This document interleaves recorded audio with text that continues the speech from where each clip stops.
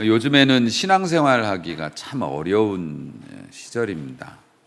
아니, 목사님, 요즘에는 집에서도 예배 드릴 수 있고, 유튜브로, 그리고 진짜 모든 건물에 거의 교회가 다 들어있고, 마음만 먹으면 큰 교회, 훌륭한 교회도 갈 수 있는데, 왜 신앙생활이 힘들다고 말씀하십니까? 그건 종교생활이고요. 종교생활 하기는 좋죠.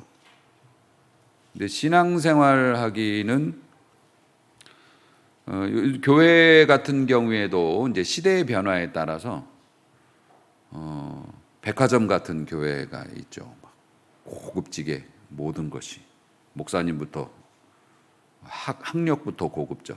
생긴 것도 잘생기고 막 연예인 같은 목사님들이 있고 백화점 같은 교회 있고 창고형 매장 같은 그런 교회 있고 아니면은 소규모 작은 그런 교회도 있고 맛집 같은 그런 교회도 있고 그 교회들 많이 있죠. 그래서 본인이 취향과 형편대로 또 신앙의 어떤 가지고 있는 소신대로 교회를 정해서 이렇게 다닙니다. 그런데 제가 말씀을 드렸죠. 백화점 같은 교회 있고 창고형 매장 같은 교회 있고 맛집 같은 교회 있고 이게 다 뭡니까? 우리가 소비하고 즐기는 곳이잖아요. 그런 것들이. 그런 것처럼 오늘날 교회는 다양하게 존재하고 종교 생활을 할 수 있는 여건은 굉장히 좋아졌지만 신앙생활의 가장 기본이라고 할 수 있는 신앙의 야생성, 그거는 떨어져 있는 시대인 거죠. 목숨 걸고 주님을 믿는다. 모든 손해를 감수하고 내가 믿는 것에 내 삶을 바친다. 사실 그런 개념은 요즘엔 거의 통하지 않죠. 물론 시대가 바뀌어서 요즘에는 모든 것들이 평안하고 안정된 상황이고 옛날처럼 전쟁이 있었다거나 기근이 있었다거나 먹고 사는데 문제가 있었다거나 그래서 신앙이 아니고서는 견딜 수 없어서 결사적으로 신앙생활에 매달렸던 그런 시대가 아니기 때문에 이제는 신앙생활도 종교를 쇼핑하듯이 이제 그렇게 우리가 취향 따라가고 입맛 따라가고 우리 편의에 따라서 그렇게 신앙생활을 하게 돼. 그래서 신앙생활 여러분 잘못이 아니라 신앙생활 하기가 어려운 시대를 살고 있다는 겁니다. 그래서 그러다 보니 의도치 않았지만 자연스럽게 예배하는 일이나 하나님 앞에서 하는 일들이 너무나 손쉽게 뒤로 밀리는 거죠. 너무나 손쉽게 하나님 앞에 예배 드리는 일들이 이런저런 작은 이유하고도 싸워서 지고 밀려나고 그러니 우리가 알고 있는 드라마틱한 하나님의 역사와 하나님의 기적 이런 것들은 이제는 우리가 목사님의 설교에서나 듣고 다른 사람들 그랬다더라 이런 얘기나 전해 듣는 거지 우리 주변에 또 나에게서 그런 기적과 체험의 역사 요즘엔 사실 그런 것도 드물어요. 거의 없습니다. 그만큼 사실 신앙생활이라고 하는 거는 광야의 영성이 원래 기본이에요. 기독교 신앙은 특히 그렇습니다.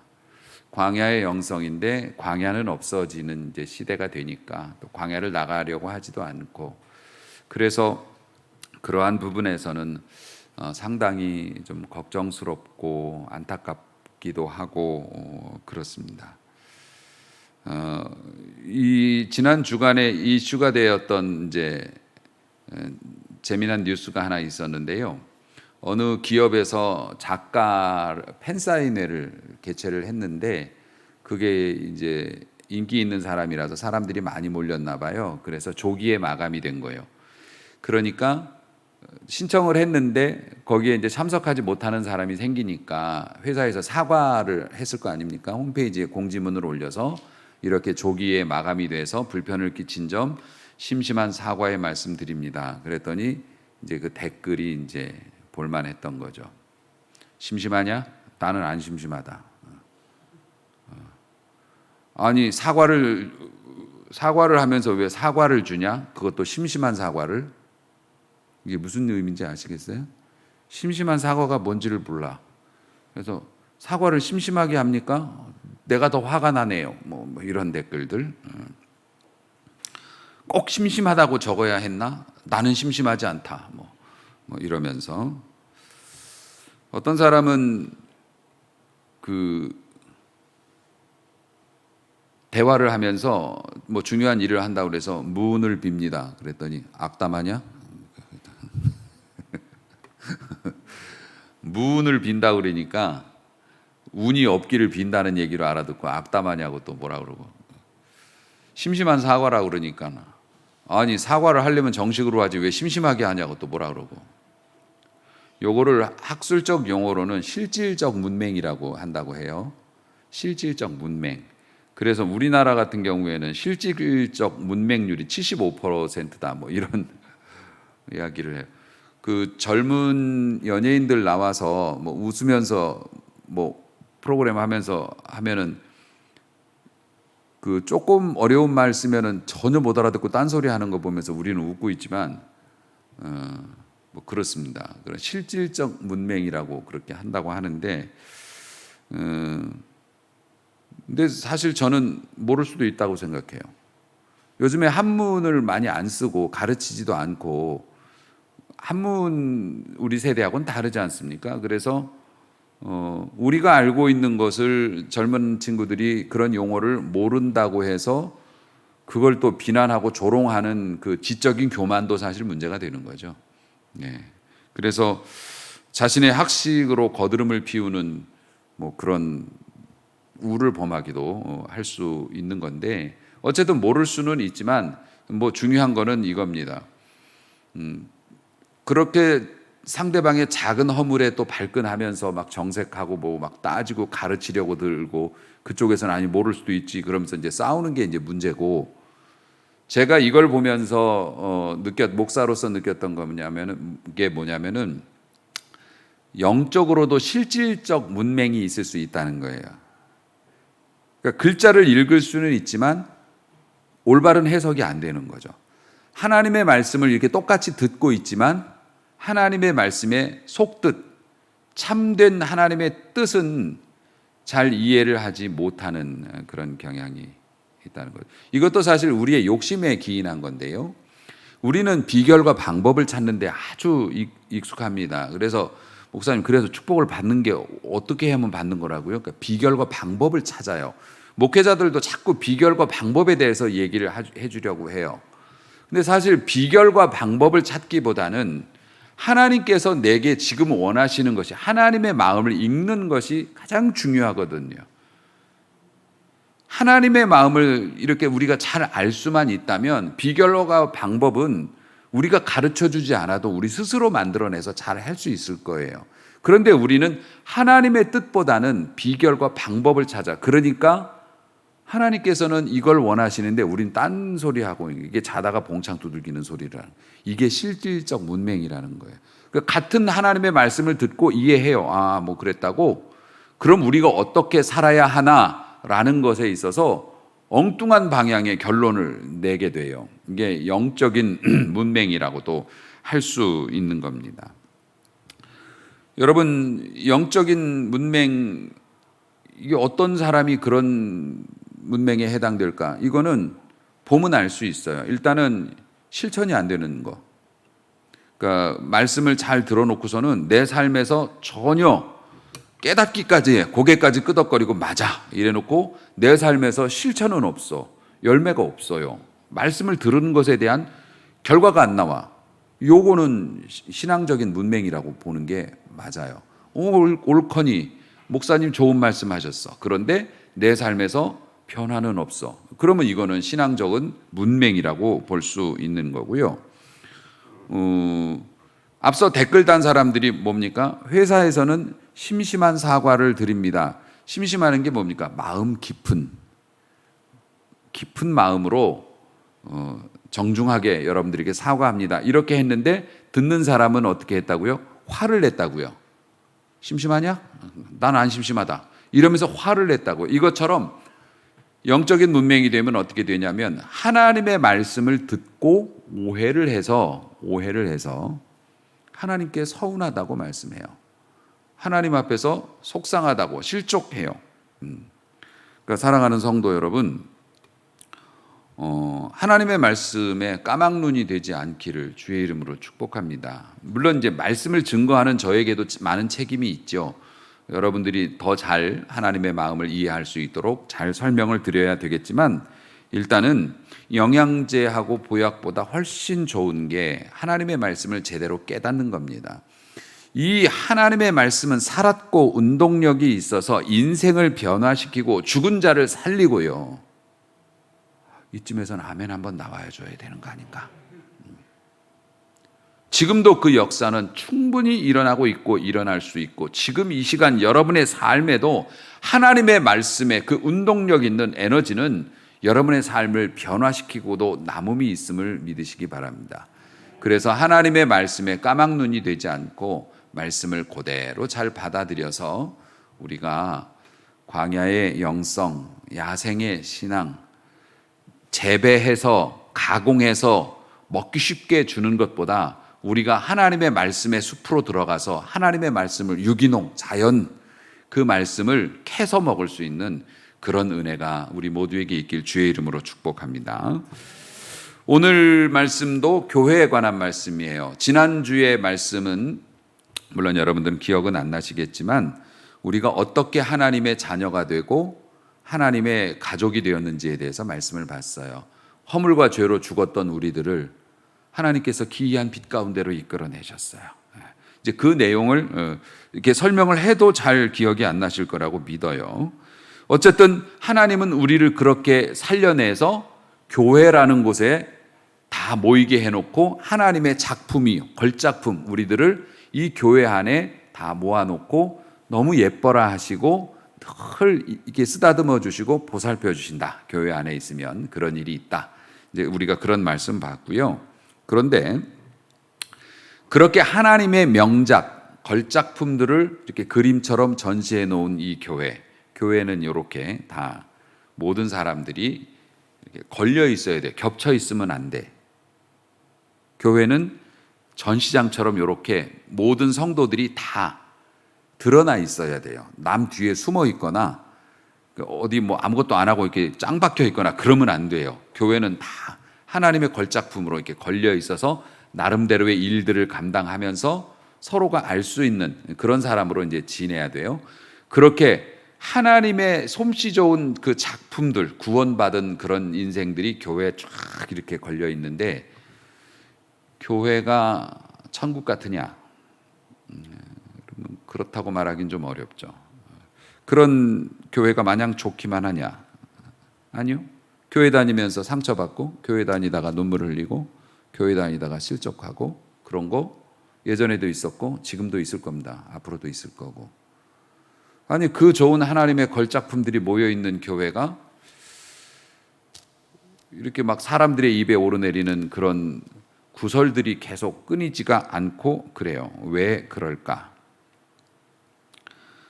하나님의 걸작품들만 모아놨다는데, 그거는 이제 사실 우리 인간들이 변하지 않는 성품들이 있기 때문에 그래요. 그거는 뭐 우리 모두가 다 아는 이야기입니다. 우리가 예수님 믿고 거듭나도 우리의 성품과 습관은 변하지 않더라고요. 느긋한 사람은 예수 믿어도 느긋하게 믿고, 조급한 사람은 예수님 믿어도 조급하게 믿고, 성질 급한 사람, 뭐 그런 사람들이 모여 있으니까 예수 안에서, 교회 안에서 세상에서는 사업을 하거나 세상 일을 이야기하지만 교회 안에서는 교회의 일을 가지고 서로 의논하고 뭔가를 조율을 하잖아요. 그런데 성질 급한 사람과 느긋한 사람이 만나서 교회 일을 하려고 그러면요, 뒤집어지는 거죠. 속상한 거죠. 안 맞는 거죠. 그럼요. 주방에서 음식을 만들기만 해도 그런 일을 할 때도 내 입에 간이 있고 저분들이 먹어왔던 맛있다고 생각하는 맛이 조금씩은 다른데 그거 맞추려면 쉬워요? 아니죠. 김장할 때 보면 뭘 한 줌을 더 넣느냐 안 넣느냐를 가지고서 막 인생 걸고 사활을 걸고 막 이건 넣어야 된다, 뭐 넣지 말라니까 몰래 넣었다, 뭐 이러면서 막 힘들잖아요. 그건 영원히 그래요. 그럼요. 좋게 넣지 말라 그러는데 또 소리 지르면서 넣지 말라 그러면, 아니 왜 또 소리를 지르냐고 그러면서 김장하다가 또 막 감정이 버물러지고 막 아주 괴롭습니다.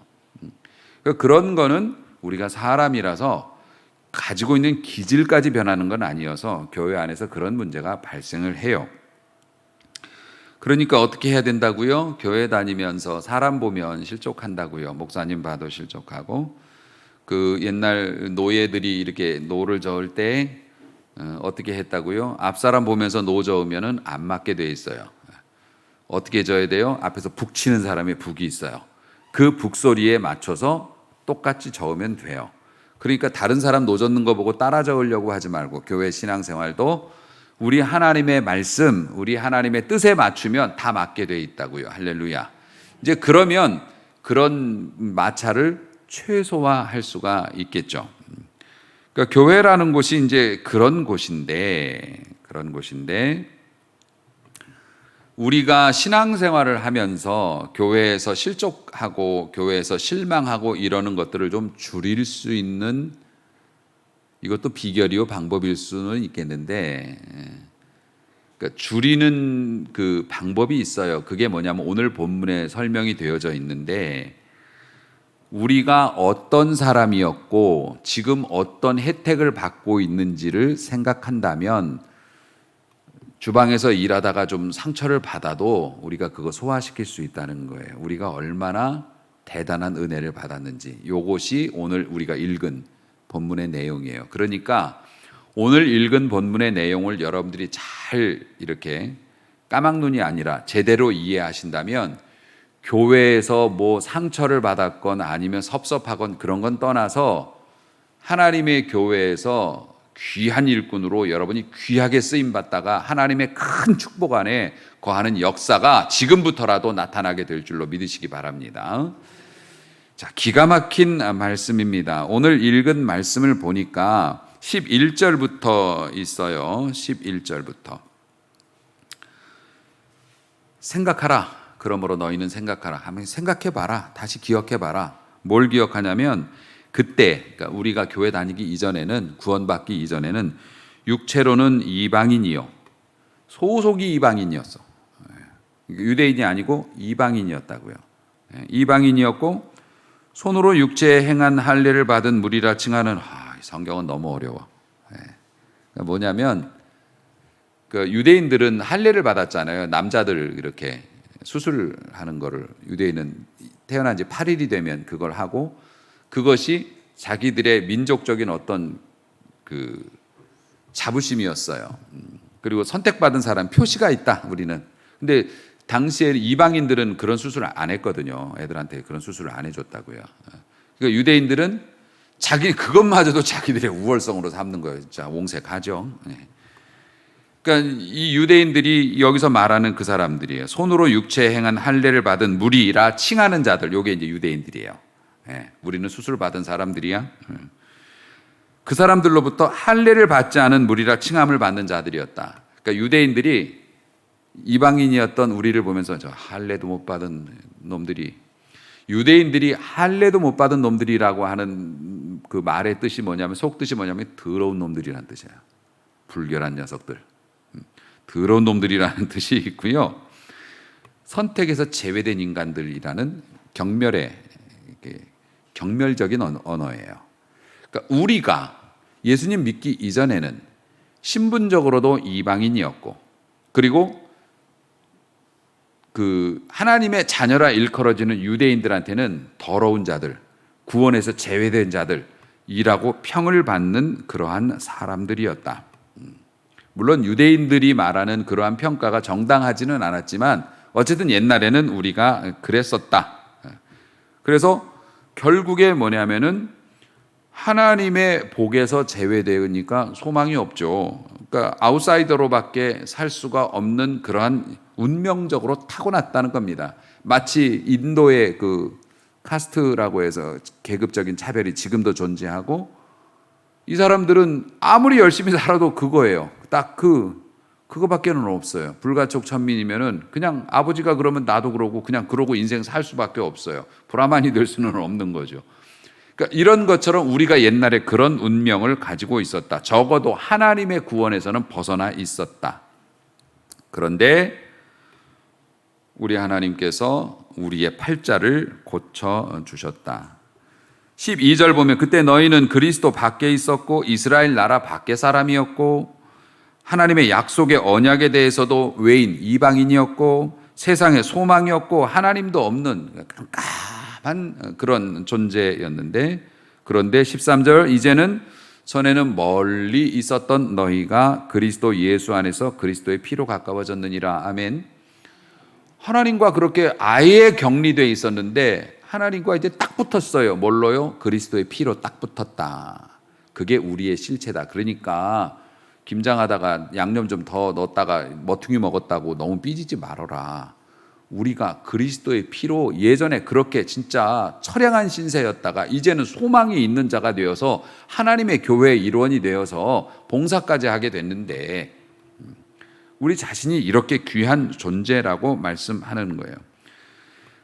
사실 이러한 사실이 이방인이 구원받는다, 하나님께서 이방인도 구원해 주신다라고 하는 이 개념은 유대인들에게 있어서는 굉장히 불쾌한, 유대인들이 끝까지 이걸 내려놓지를 못했어요. 그래서 결국에는 그 초대교회 성령 강림 사건, 성령 충만이 돼서 사람들이 이제는 막 바글바글 끌어올랐을 때, 마음이 노골노골해졌을 때, 유대인들이 그때에서 비로소 예루살렘에서 초대교회의 공회를 열어서, 우리로 말하면 공동의회죠. 공동의회를 열어가지고 모든 성도들과 사도들이 다 모여가지고, 솔직히 나도 유대인이지만 저 바울이라고 하는 저 사람의 선교 사역, 그리고 베드로 사도가 나도 하나님께서 성령으로 역사하셔서 이방인들에게 복음을 전하고 구원을 베푸시는 것을 나도 경험했다.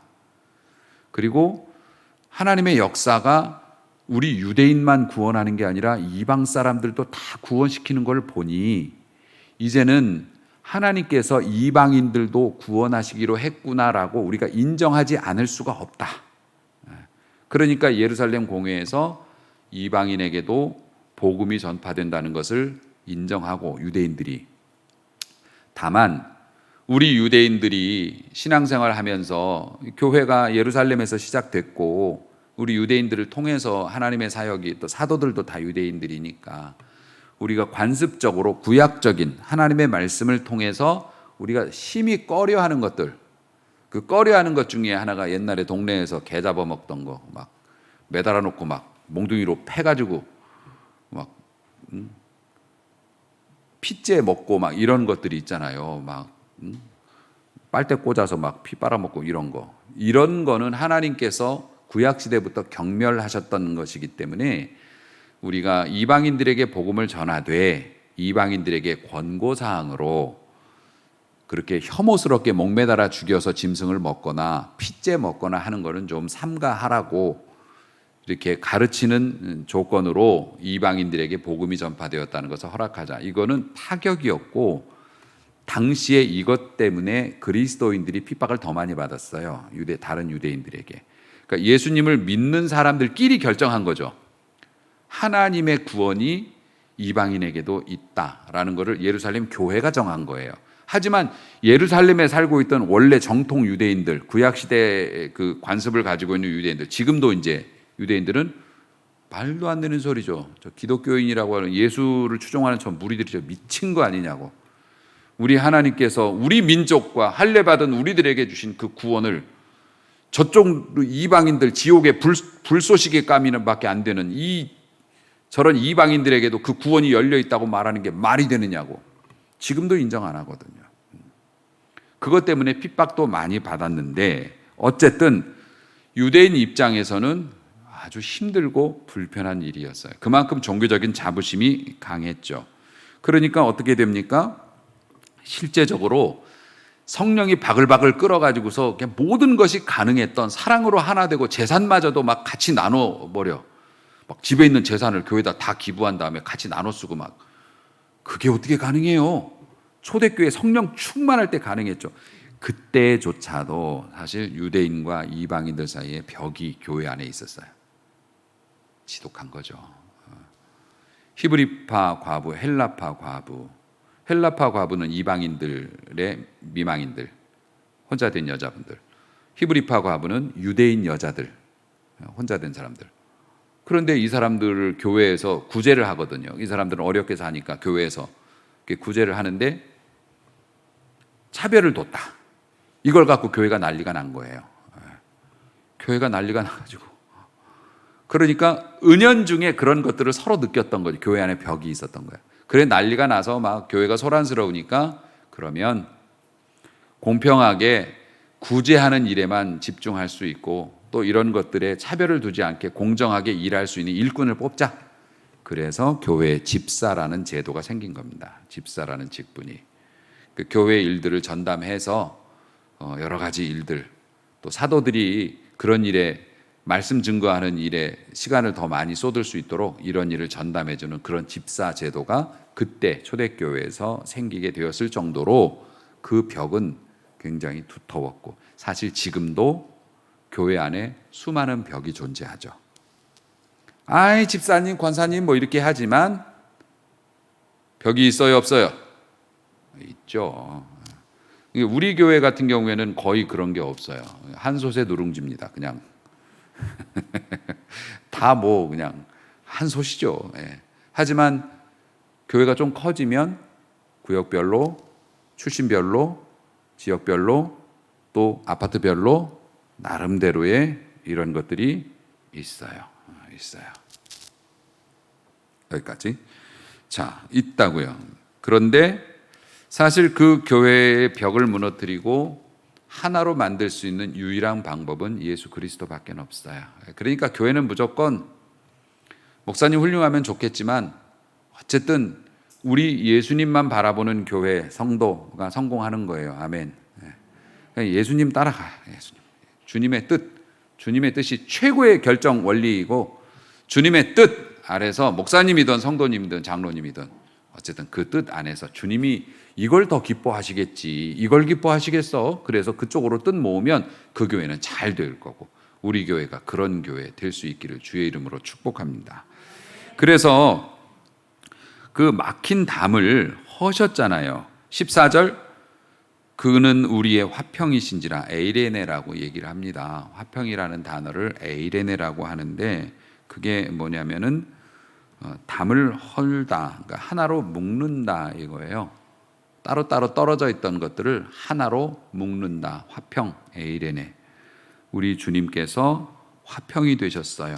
둘로 하나를 만드셨어요. 원수된 것, 중간에 막힌 담을 육체로 하셨어요. 하나님과 우리 사이에 죄라고 하는 담이 있었는데 예수님이 죄 없는 몸으로 죄인이 되어 죽으시고 다시 살아나심으로 그 죄라고 하는 담을 허물어서 하나님과 우리 사이가 묶여버렸어. 아멘. 묶이게 되니까 어떻게 됐다고요? 십자가로 이 둘을 한 몸으로 하나님과 화목하게 하려 하심이라. 원수된 것을 십자가로 소멸하셨어요. 또 오셔서 먼 데 있는 너희에게 평안을 전하시고 가까운 데 있는 자들에게 평안을 전하셨어요.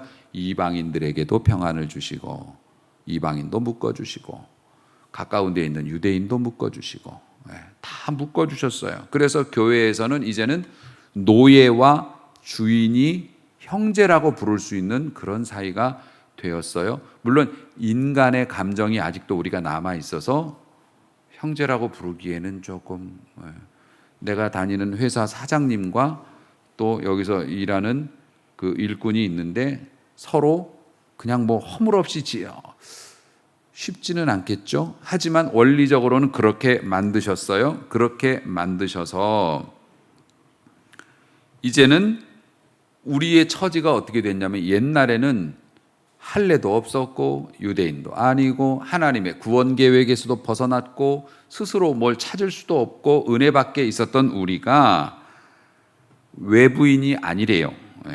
20절 보니까 19절 보니까 이제 너희는 외인 외부 사람이 아니에요. 나그네도 아니에요. 오직 성도들과 동일한 시민이요. 그러니까 교회로 딱 이렇게 하면은 외부인이라는 건 교회를 다니지 않는 사람인데 우리 교회에 이렇게 뭐 볼 일이 있어서 온 사람이에요. 볼 일이 있어서 온 사람이면 교회에서 하는 일에 참여하거나 뭐 이렇게 할 수 있나요? 아니죠. 외부 사람이잖아요. 그럼 우리 교인이 아니고 외부 사람이면 할 수 있는 일들이 많이 제한이 되어져 있겠죠. 우리가 식당에서 밥을 먹어요. 외부 사람이 와서 밥을 먹을 수 있나요? 있죠. 당연하죠. 우리가 외부 사람 오면 식사하고 가세요 하고 식사 이렇게 주지만 그거를 당당하게 외부 사람이 밥 좀 주시오 할 수 있나요? 사실 그렇기는 어렵죠. 그런 사람도 있긴 하지만 어렵죠. 그러니까 외부인은 외부인인 거예요. 그리고 나그네도 있어요. 그냥 교회에 나왔어요. 예배 드려요. 어떻게 오셨어요? 오늘만 예배 드리고 갈 거예요. 방문하러 온 사람이에요. 그런 분들은 어떻게 합니까? 교회의 권리라는 게 있을 수 없고 교회의 즐거움과 기쁨이 우리 성도 여러분, 우리 교회에 이런 좋은 일이 있었어요. 막 그러면 와, 를 좋아하는데 나그네는요, 좋겠다. 왜냐하면 난 나그네니까 권리가 없는 거죠. 외부인도 권리가 없는 거죠. 우리가 그랬는데 이제는 외부 사람 아니요, 나그네도 아니요. 오직 성도들과 동일한 시민이라고 하는 게 이미 구원받은 사람과 같은 아파트에 살게 된 거예요. 그 아파트들을 이렇게 출입하다 보면 방문자로 이렇게 구별을 합니다. 그래서 방문자는 뭐 후문으로 가라, 뭐 정문으로 가라, 뭐 이리 들어오지 말고 여기는 입주민 전용이다. 뭐 좀 서럽죠. 그거 보면 아니 뭐 방문하는 건 귀한 사람 아닙니까? 볼 일이 있어서 오는 거고 손님들인데 그렇게 이리 돌리고 저리 돌리고 그렇게 하고 방문자는 또 경비실 그 뭐 호출 같은 거 해갖고 제가 뭐 당근 때문에 왔는데요. 뭐 그렇게 또 설명도 해야 되고 뭐 그렇게 해서 허락받고 들어가야 되고 뭐 그런 거예요. 그런데 그 동의 주민이 됐어요. 내가 거기로 이사를 갔단 말이에요. 동의 주민이 되면 어떡합니까? 가면 문이 열려. 그렇잖아요. 내가 차 등록해놓고 하고 경비 아저씨가 뭐예요? 그러면 나 몇 동 몇 호 사는 주민인데요. 그러면 예. 뭐 이렇게 되는 거잖아요. 여러분 아파트 안 살아봐서 모르시나 봐. 그러니까 그 아파트 내에서는 입주민하고 외부 사람은 차별이죠. 차별을 받을 수밖에 없고 당연히 그렇죠. 우리가 사는. 그런데 우리가 예수 그리스도의 은혜로 말미암아 이제는 하나님의 나라의 가족이 돼서 권속이 가족이라는 뜻인데 가족이 되고 성도들과 동일한 입주민이 됐어요. 천국 입주민이 됐어요. 할렐루야. 그러니까 교회에서 성격과 기질이 달라서 부딪히는 일이 있고 실족할 수 있고 목사님조차도 성품에 따라서 말씀을 좀 과격하게 하시는 분들도 있고 뭐 그런 일이 있어서 마음이 좀 상하더라도 우리 주님이 막힌 담을 허시고 우리에게 이러한 놀라운 은총을 베풀어 주신 것을 생각하면서 좀 참어라. 참으면 어떻게 되느냐? 영적인 문맹에서 벗어나서 눈이 열려요. 그렇게 되면 하나님이 주시는 말씀이 시험이 아니라 달고 오묘한 말씀이 되고 그 하나님의 말씀을 따라갈 수 있는 눈이 열리고 힘이 생겨서 그 말씀대로 해볼 수도 있고 그럴 때 나타나는 광야의 영성이 배고프고 외롭기만 한 게 아닙니다. 광야는 하나님의 은혜와 기적과 역사가 일어났던 땅이에요. 여러분 홍해가 쪼개지고요. 그럼요. 아둘람 동굴에 숨었던 막 그 일촉즉발의 상황에서 엄청난 대반전이 일어나고 그리고 병자들이 막 오병이어의 기적이 이거 다 광야에서 일어난 기적들입니다. 아파트형 뭐 공장형 뭐 이런 데서 일어난 게 아니고 광야에서 일어난 일들이에요. 그러니까 우리가 광야의 영성을 가지고 살면 하나님의 기적도 더 많이 체험할 수 있게 되고요. 그렇기 때문에 이만큼 우리가 또 우리 교회가 소중한 곳이고 아름답고 귀한 곳이라는 사실을 이해하라는 겁니다. 사랑하는 성도 여러분, 세상의 조직이나 단체는 없어지지만 교회는 없어지지 않을 겁니다. 아멘. 그러니까 우리 교회뿐만 아니라 물론 교회가 뭐 간판을 바꾸거나 이사를 가거나 아니면 교회 자체 등록이 말소되는 경우가 있지만 이 땅에서 하나님을 섬기는 교회 공동체는 없어지지 않아요. 뭐 지금 제가 설교 초반에 광야의 영성이 사라지고 신앙생활하기가 어려운 시절이 됐다고 하지만 이보다 더 어렵고 요즘 젊은 애들 교회 안 나옵니다. 학생들도 교회 잘 안 나옵니다. 우리는 그렇게 나무 뽑아가면서 기도해갖고 오늘날 이런 부강한 나라를 이루었지만 미래는 어떻게 될지 몰라요. 더 안 믿을 수도 있고, 우리도 유럽을 따라서 모든 큰 교회들이 폐쇄되거나 건물을 뭐 다른 데다 팔아야 되는 지경이 될지도 몰라요. 그렇다고 해서 하나님의 구원의 역사가 없느냐? 천만의 말씀. 그때에도 하나님께서는 자기를 따르는 자들을 또 뽑아내셔서 그들의 예배를 받으실 겁니다. 아멘. 하나님께서 그런 것도 못 하시겠어요? 그래서 염려는 되지만 하나님께서 하실 일이기 때문에 하나님을 믿는 자들은 있을 것이다. 물론 많이 걸러지겠죠. 많이 걸러지겠지만 있을 것이다.